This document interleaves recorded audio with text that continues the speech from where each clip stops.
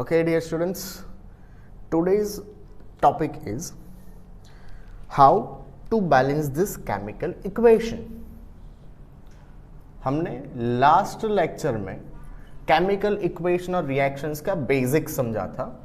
अब हम जो केमिकल इक्वेशंस लिखते हैं उनको बैलेंस कैसे करेंगे बेटा, ठीक है. तो उसके लिए हमें heat and trial method use करना है. कौन सा मेथड? Heat and trial.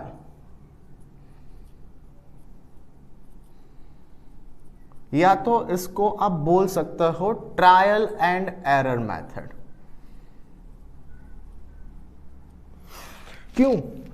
तो हम कुछ नंबर से मल्टीप्लिकेशन करके दोनों तरफ क्या करेंगे, रिएक्टेंट्स और प्रोडक्ट्स में नंबर ऑफ एटम्स को बैलेंस करने के लिए ट्राई करेंगे. Let's take an example. Suppose हमारे पास हाइड्रोलिसिस ऑफ आयन Fe है. Fe is in solid state. अगर इसका मैं वार्म वाटर के साथ में रिएक्शन करता हूं, वार्म वाटर के साथ में रिएक्शन प्रोड्यूस होगा Fe3O4 और साथ में डाइहाइड्रोजन गैस इवॉल्व होता है. ठीक है, ये हमारा अनबैलेंस्ड केमिकल इक्वेशन है. कैसे पता चलेगा बेटा? तो देखो, रिएक्टेंट में और प्रोडक्ट में, इन रिएक्टेंट्स एंड इन प्रोडक्ट्स,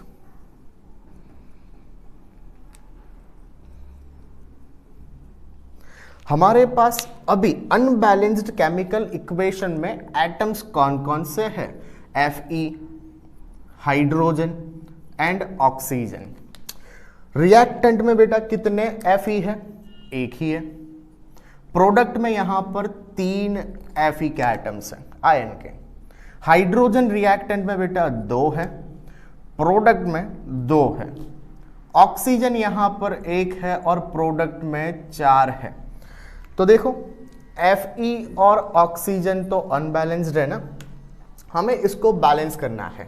हमने इसकी एसेंशियलिटी देखी, क्यों बैलेंस करना जरूरी है, और बैलेंस्ड केमिकल इक्वेशन के ऊपर से हमें इनकी क्वांटिटी, मोल, सब के बारे में पता चलता है. ठीक है, so let's check how to balance this chemical equation.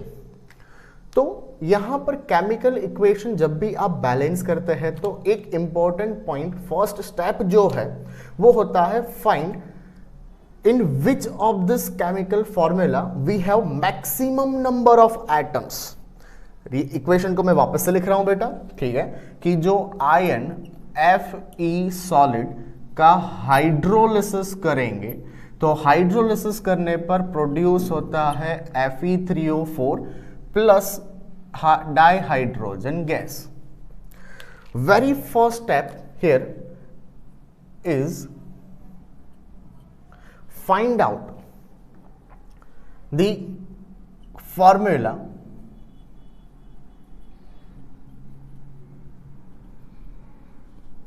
with maximum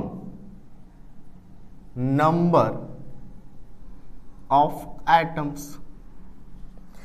तो यहां पर आप देखो, रिएक्टेंट में पहले हम चेक करते हैं. यहां पर ये आयन में एक ही एटम है.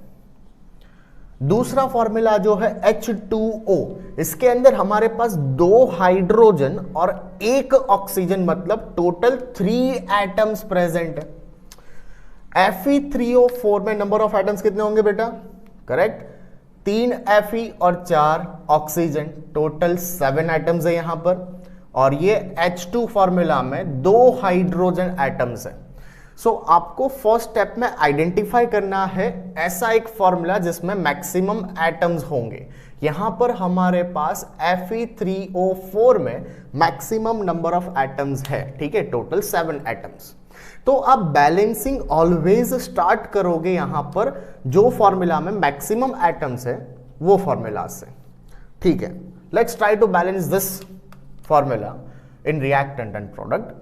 हमारे पास प्रोडक्ट में देखो बेटा, प्रोडक्ट में Fe3O4 में टोटल 3 Fe है. कितने Fe है बेटा? यहां पर Fe3O4 में टोटल 3 Fe एटम्स है, रिएक्टेंट में एक ही है, तो हम क्या करेंगे बेटा यहां पर, हम यहां पर मल्टीप्लाई करेंगे 3 से, ठीक है।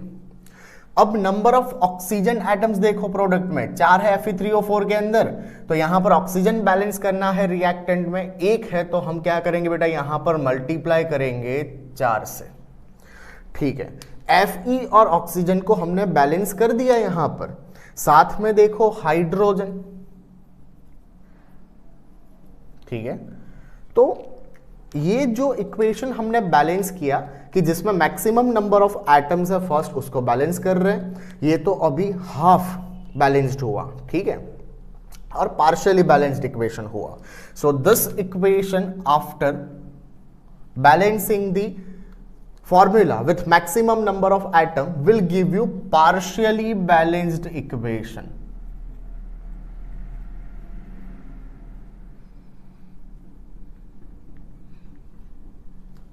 ठीक है।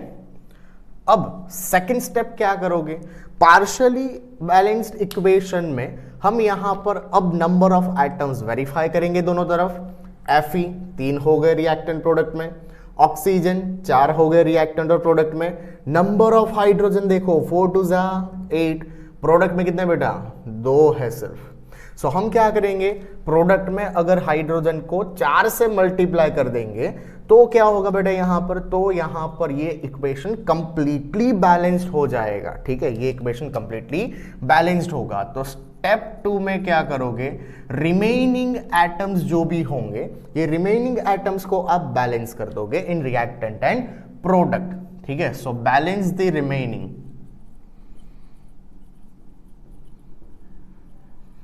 एटम्स, ओके, ठीक है। ये इक्वेशन वापस से लिख रहा हूं, चेक करो, 3Fe plus 4H2O it gives Fe3O4 plus H2। तो हमने देखा यहां पर रिएक्टेंट में टोटल हाइड्रोजन एटम 8 है, प्रोडक्ट में 8 हाइड्रोजन के लिए क्या करना पड़ेगा, 4 से मल्टीप्लाई, ये हुआ बेटा हमारा कंप्लीटली बैलेंस्ड केमिकल इक्वेशन, ठीक है, ओके। सो ये ट्रायल एंड एरर मेथड है, हाँ कहीं पर गलती हो सकती है कि अगर आप दोनों तरफ मल्टीप्लाई कर रहे हो तो दूसरे आइटम चेंज हो जाएंगे, तो इसके अकॉर्डिंग आपको रिएक्टेंट या प्रोडक्ट में वापस से मल्टीप्लिकेशन जरूरी होगा, इसीलिए ये मेथड को बोला जाता है ट्रायल एंड एरर या तो heat and trial method, okay. आप ट्राई करो बेटा, एक इक्वेशन दे रहा हूं, पॉज करके इक्वेशन को बैलेंस करने के लिए ट्राई करना। सपोज हम देख रहे हैं combustion of methane gas, CH4 that is methane gas. Methane का अगर हम कंबशन करेंगे, कंबशन जो होता है वो ऑलवेज एयर या तो ऑक्सीजन के प्रेजेंस में होगा। सो कंबशन करने पर प्रोड्यूस होता है कार्बन डाइऑक्साइड प्लस वाटर, ठीक है।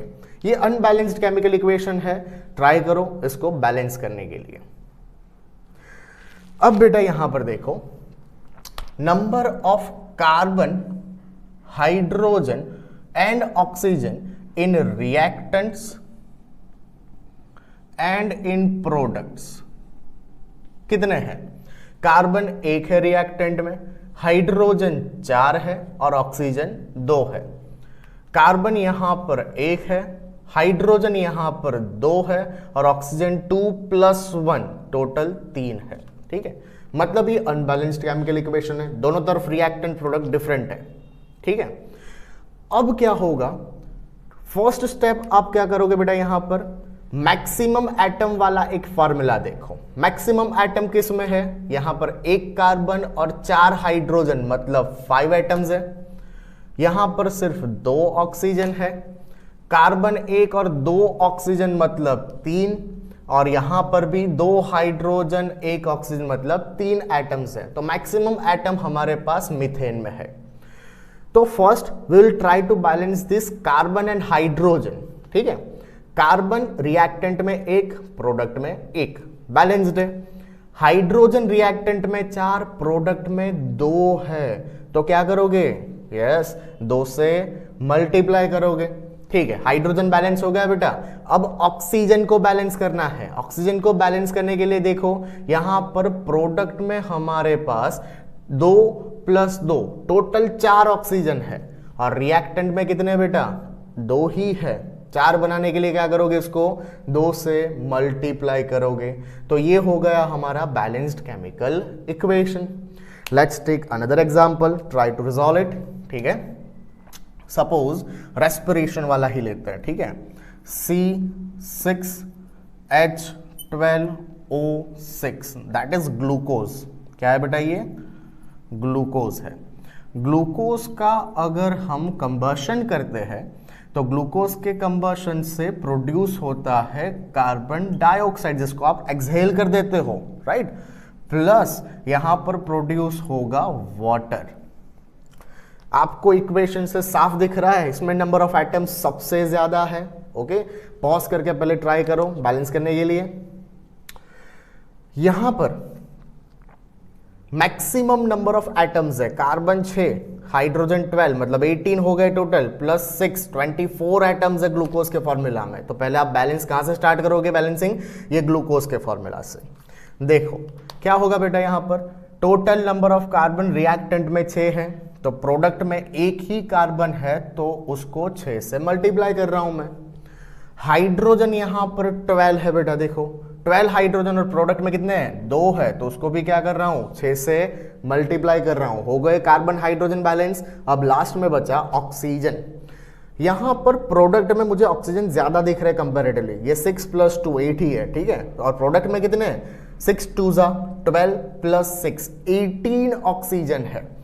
18 ऑक्सीजन प्रोडक्ट में है और रिएक्टेंट में ये 6 को सब्ट्रैक्ट कर दो तो कितने बचेंगे 12 बचेंगे। तो 12 ऑक्सीजन बनाने के लिए ये O2 को मुझे मल्टीप्लाई करना पड़ेगा 6 से। ये हुआ आपका बैलेंस्ड केमिकल इक्वेशन। ठीक है,